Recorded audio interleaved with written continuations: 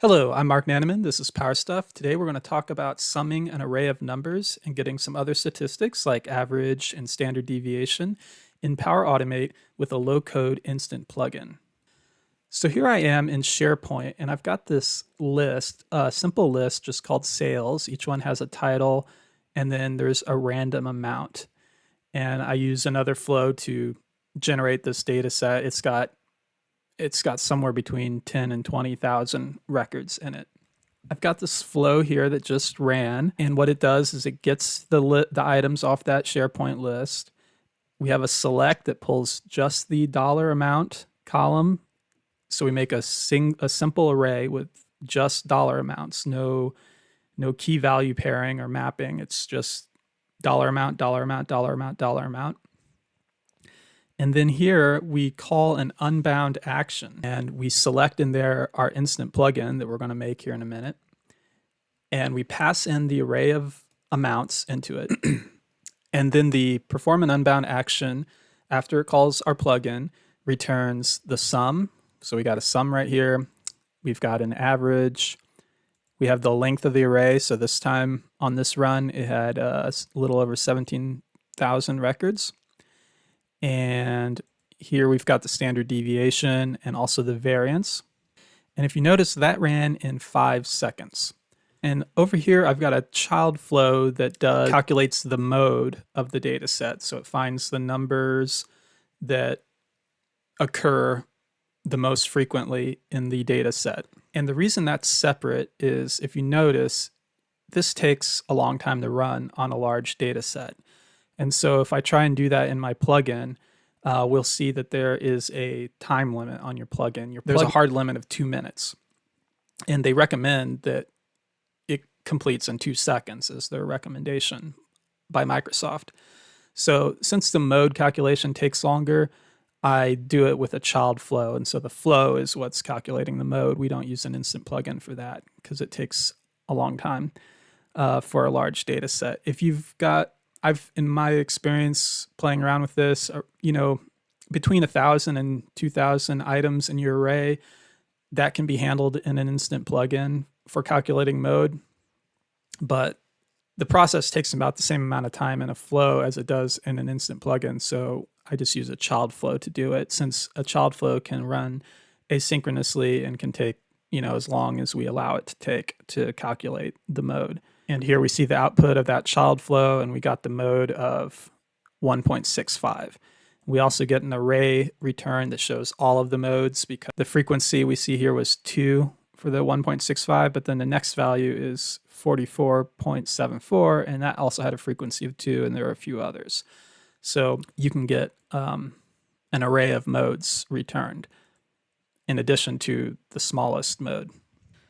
I highly recommend reading over the Microsoft documentation for low-code plugins with the Dataverse Accelerator. They're still a preview feature, so Microsoft doesn't recommend that they are used in production. So keep that in mind. We also, under the Analyze Performance, under plugins on Microsoft, they tell you about that hard 2-minute limit that I just discussed. And their recommendation, our general recommendation, is to limit the time your plugin takes to execute to no more than 2 seconds. So keep that in mind when you design plugins and test them. Try and keep them simple as possible. And if they start to take a minute or more to run, it's probably not the best solution. So to create an instant plugin, we're going to go into the Dataverse Accelerator. You can find this in make.powerapps.com. Go to your apps, select all, and search for a Dataverse Accelerator app, and then just hit the play button. And that brings you into this app, the Dataverse Accelerator app. And we'll just click New Plugin, Instant Plugin. There's an automated plugin option, and that's for if you want a plugin to run automatically when a record is created or modified.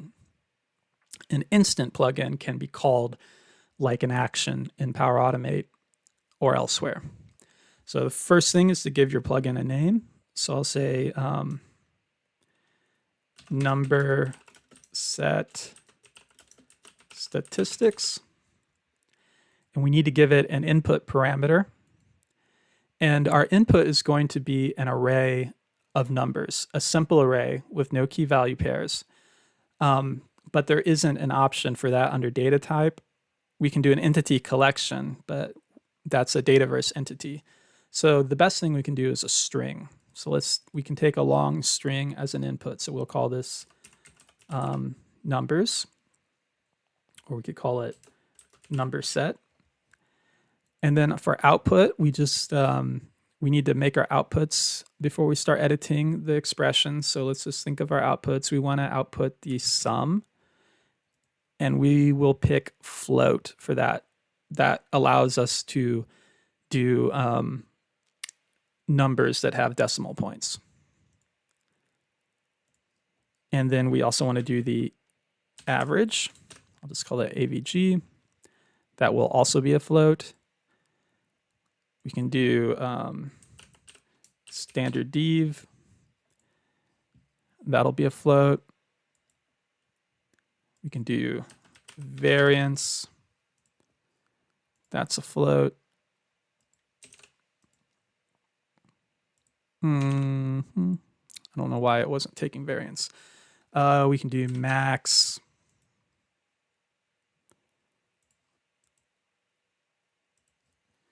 Min.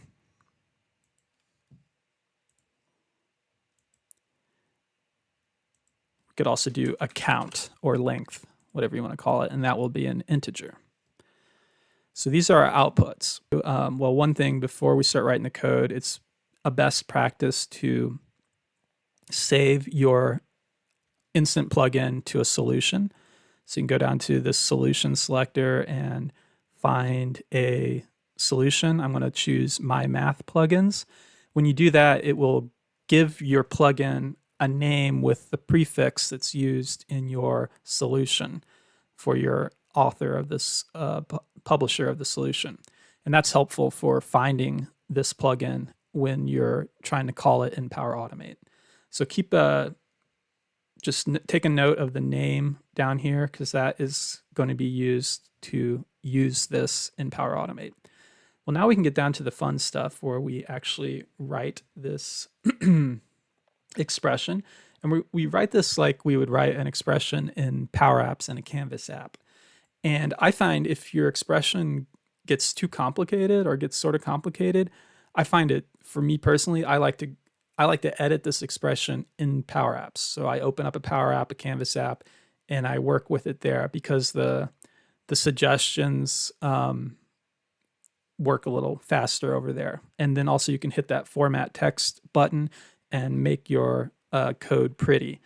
And that's some stuff they don't have yet here in this Dataverse Accelerator app.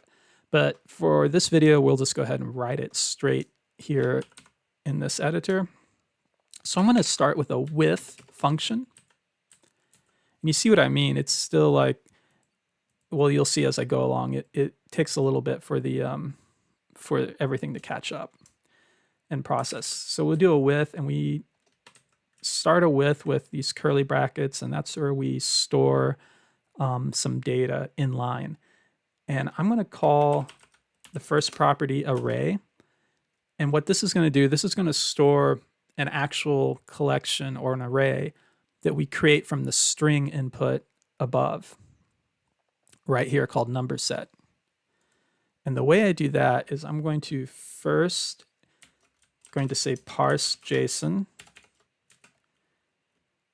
and that's going to convert it's going to convert JSON in string format to JSON. Okay, so I'm going to parse the number set, and then I'm going to do table around that.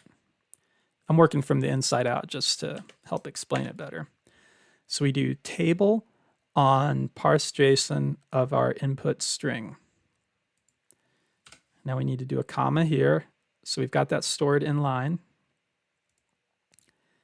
And we can try and make it a little prettier on our own. There we go. So now we're almost done, believe it or not. All we got to do is create a return object that returns all the points we want. So we do another curly braces object. And then what we're going to do is we're going to add properties for each value we want to return as the output of the plugin. So I'll just say sum, average, standard dev, variance, max, min, and count. And now I'll just go in and use PowerFX functions to return each of these. So the sum would be the sum function on array, and we want to sum the value column. When we do this with a simple array, when you do table parse JSON on a simple array, so that would be just braces, a number, comma, a number, a comma, a number. When you do table on that in PowerFX or in Power Apps, it turns it into a simple array. It turns it into an array that's simple, but in reality, if you were to encapsulate it in JSON and turn it back into a string, you would see that each item is a key value pair, and the key is called value, capital V value, and then the number comes after that. So that's why we tell it value here. We want to sum the value column from that array. For average, we do average array value.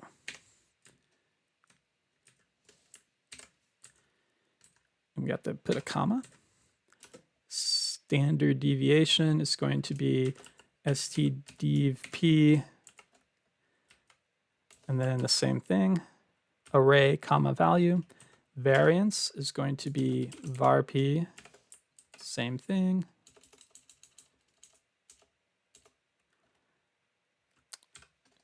And then for max, we'll just do max array comma value.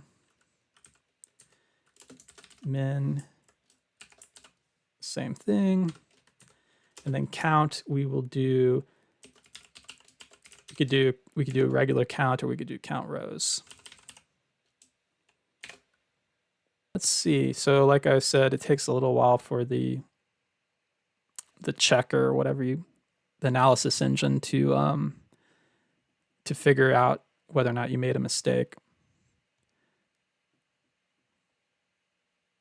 This is again why I like doing it in Power Apps, because it runs faster and it doesn't take as long to analyze whether or not you made a mistake. I think it's decided we're good. So we can hit save. Okay, so now we've saved our plugin, and if you notice, it finally caught up, and not only did it stop showing us errors on the expression, it finally did some formatting, changing the colors to kind of show us what's going on. So that's nice. So after it's saved, we can go and test this, and we can actually test it right here in the Dataverse Accelerator app. And here under Home, I'm going to select the plugin we just made, and I'm going to click the test button. All right, so this takes us to the API playground, and it has our plugin selected, and it's asking us for the number set. So keep in mind, we got to pass this in as in the form of a simple array. So I'm going to do the brackets, the braces, and I'm going to do 1.5, 2, 2, 2, 2.5. So we should get the sum of 10 out of that. And that's what we got. Sum 10, average 2, got the standard deviation, the variance, the max of 2.5, the min of 1.5, and a count of 5 items. So that works just fine. Okay, so now here I am in a flow where I want to use our new plugin. And this flow is, it's listing that SharePoint list I talked about earlier called sales. The select down here is the important, is a big important part, where it's creating that simple array of just numbers. So we're selecting from the value output of get items, and then here I go to the text mode on the mapping instead of the key value pair mapping, and all I do is select the amount column, which is item question mark amount. and then add that in there. So that creates a simple array of just the number values. And the mode now, I decided to just use this child flow. So I've got this child flow called get mode, and I pass that simple array from the select straight to the child flow. But we want to add in our plugin here. So what we do is we search for perform an unbound action. And unbound, I think, refers to the fact that it's not tied to any table. All right, so we got perform an unbound action. So here is where we need to find our plugin, and there's a whole lot of unbound actions to choose from. If we remember our name from the Dataverse Accelerator app, I remember the prefix was MLN, and then it was called number set statistics. So there it is. So it'll search from the start of the string. So if you start with your prefix and then the first part of the name, you should be able to find it easily. We need to give it the number set. And so we go to advanced parameters and we select that input that we need to give it. And then here is where we would plug in the output of the select. And this can be a bit tricky because, okay, it works now. Sometimes it's been hit or miss for me whether or not it'll actually let me put the straight output, but it shows up here, so that's good. So, but the syntax would just be body, and then you put the name of your array, your simple array, in there. So that'll give us the output of the select, the simple array. We don't need to convert it to string or anything. We can just dump it right in there like that. Maybe it was this child flow that gave me trouble selecting the output of the select. Let's see. Nope, it's working now. Things have been a bit hairy with the new designer. Sometimes things work and sometimes they don't. Okay, so it's all working now. That's good. So I'm just going to hit test. And here I can tell it what the number of items I want to get from the SharePoint. So I'll just hit 20,000. That's another thing. Since this is a large SharePoint list, I had to turn pagination on for the get items action. So keep that in mind if you're working with, well, actually, that's Dataverse and SharePoint. You'd have to do pagination to get more than 5,000 records.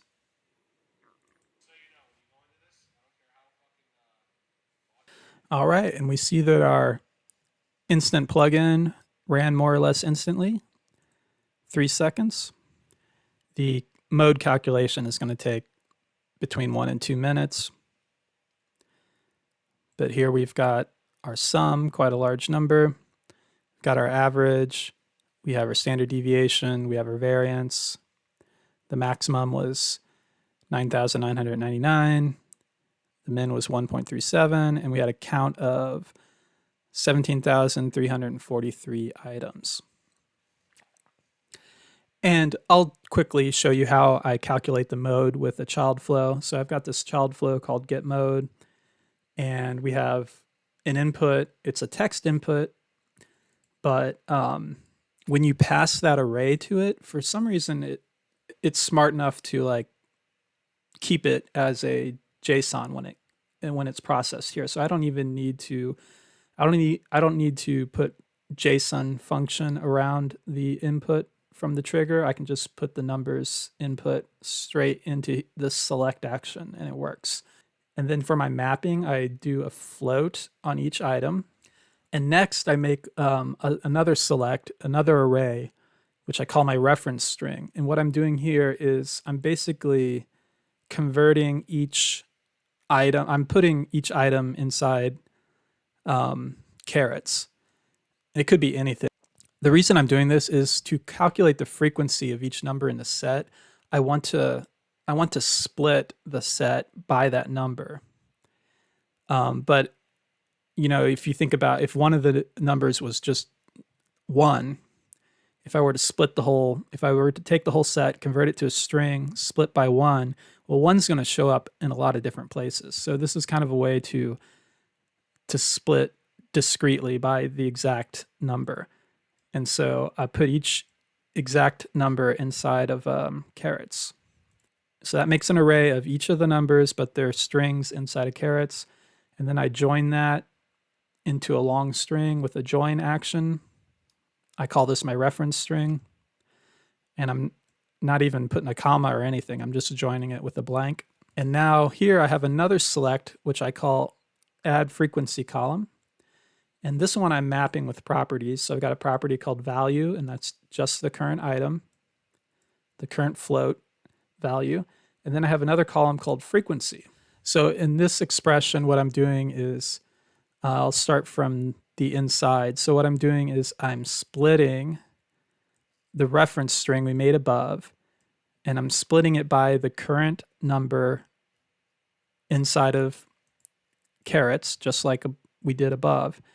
So that takes the array, and each time this exact number occurs, it splits it. And then what I'm doing is I'm counting the length of the resulting split reference string, and I'm subtracting 1, and that gives me the frequency. Because if you think about it, if the number 1 is in there once, if I split the array, well, then there's going to be the string that came before 1 showed up, and then the string that comes after 1 showed up, and that's 2. But 1 is only in there once, so you got to subtract 1 to get the frequency. Then I select just the frequencies, and this is to get the maximum. So we create a simple array where we're only selecting the frequency column, and then we can do a max on that, and that tells us what is the highest frequency in the whole thing. And then down here for modes, it's another select, and I'm sorting this array where we added the frequency column, and I'm sorting it by the value column. The reason for that is I just want it in order. So I want it in order from the smallest number to the largest number, so that when we filter for only our highest frequency numbers, we get, if 1 has a frequency of 3, then it'll be at the top. If 2 has a frequency of 3, it'll be next. If 6 has a frequency of 3, it'll be the last one. And then we're filtering on the frequency column. So item (frequency) or freq is equal to the maximum of our simple frequency array, select frequencies. So basically, this will give us every single mode. If there's just 1, it'll be an array of 1. If there's multiple, it'll be an array of that. And then I'm responding. I give it for the single mode, I give it the first item out of here, and I just use the value column. So it's the first of that modes array, (value). So I select the value column. Modes, I'm doing a union on the modes array. So every single number that appears in there, the maximum number of times for frequency, I take that and I do a union with itself. So it's the same array in there twice. And what that does is it only shows us the items one time. So, because every mode is in the set multiple times in that original array. So this time, instead of getting, 1 frequency of 3, 1 frequency of 3, 1 frequency of 3, it will just have it in there once. It'll just be 1 frequency of 3, then the next number frequency of 3, then the next number frequency of 3. So that's kind of a way of doing a distinct, it's like the distinct function in PowerFX. And then for count, I'm just counting the length of the initial array. And respond to a Power App or flow, it sends that data back to the flow. And let's go over here and see if our flow completed. It did. It took 2 minutes for that mode calculation to run.